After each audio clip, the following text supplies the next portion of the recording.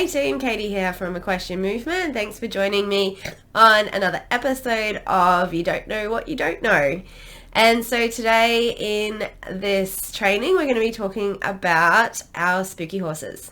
So obviously our horses are flight animals, and I think probably for a lot of my career training, riding, amateur riding, since the very beginning has been overcoming fear of my horses' fear. It seems to be an ongoing experience when we're working with horses. Being flight animals, they can be reactive and flighty, and learning how to manage their reactivity and their flightiness is a huge skill development that we are looking for as competent and confident horse trainers, owners, and handlers. So today we're going to start off with some of the things that I have been taught.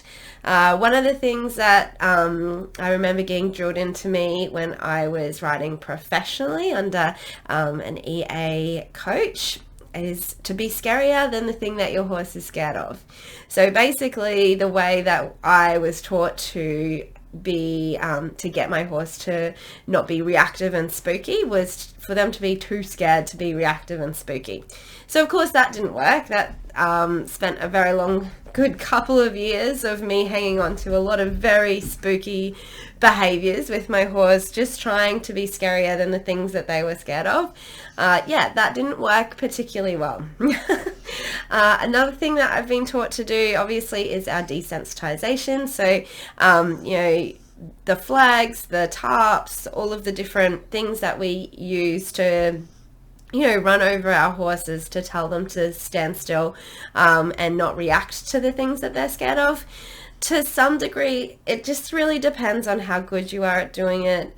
It does kind of work, but what we're really looking for in that moment of desensitization is making sure that your horse isn't so scared that you're flooding them and you're putting them into a free state, but that you are actually, building the skills to investigate the things that they are scared of and to be able to shift themselves out of the fear state into a confident and curious state. Another one I got taught was to just hold on and push through. So I had a horse that was constantly getting me off with bucking, and my mum as a child bought me a stock saddle, and that resolved a lot of problems because the wings on the stock saddle meant that I stayed on when my horse bucked or took off with me, but it never really helped me get down to the root problem of why my horse was spooking or wanting to buck in the first place. So that's what we're going to go into today. After years of doing things maybe not the most effective way, we have come up with our two main training theories with regards to having horses that are confident and being able to shift themselves from a fear state into more of a curious state and build their confidence that way. So we call this emotional agility. And I guess to be able to even think about this, you need to recognize that our horses are capable of emotions. So emotions are just hormones and neurotransmitters. They're triggered by the environment.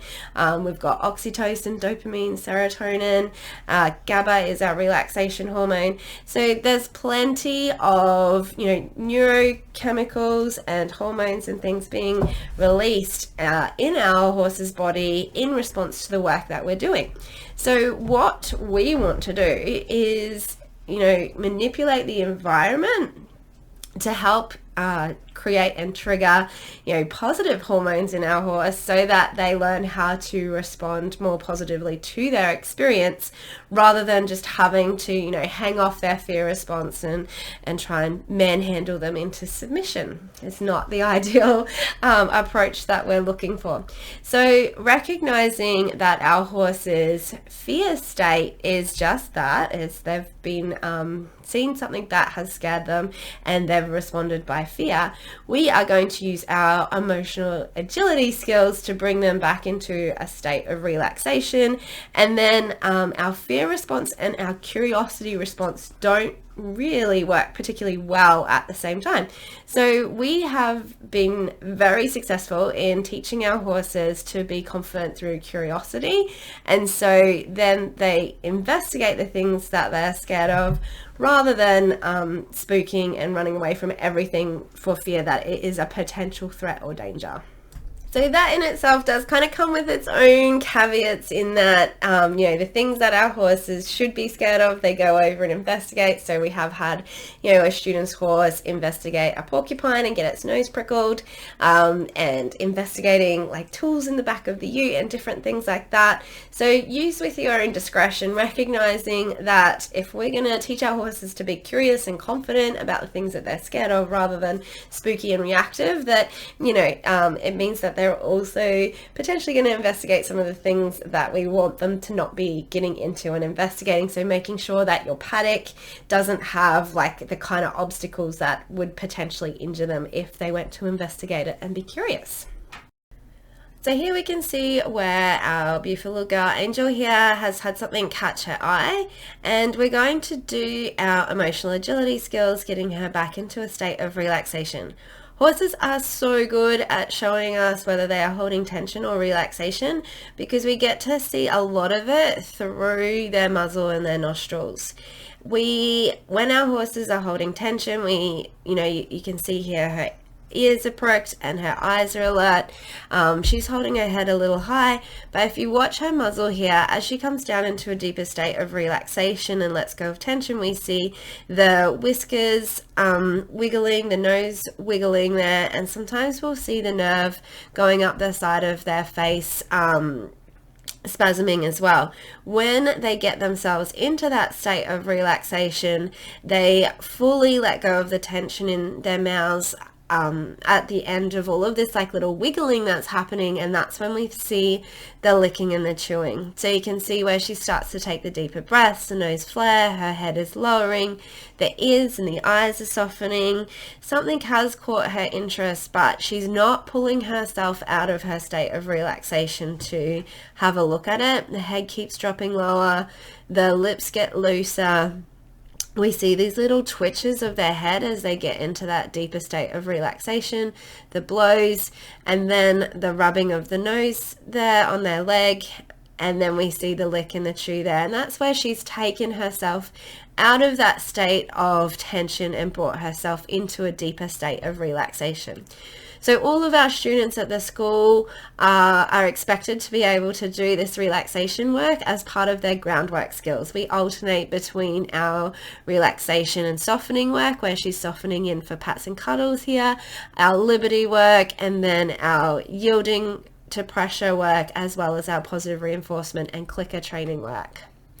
So this is one step of taking our horses into our emotional agility skills to deal with their fear and to tension. So if you have a cue with your horse to say, it's okay, I've got you covered, you can relax, then they end up being less reactive to their environment because they recognize that we're going to take over responsibility for keeping them safe.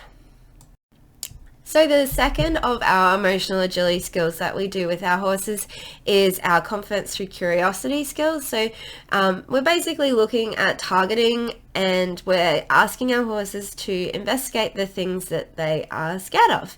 So this shifts them out of that fear response, out of that reactive fear response, into curious. So they're going to curiously investigate the things that they're scared of, and this has a twofold effect in that we teach them what to do with their fear. So if they're scared, we teach them to be curious, but then also they build confidence in themselves because they go and investigate the things they were scared of and realize it's not so bad, and then it builds further confidence in what to do when they're scared in the future.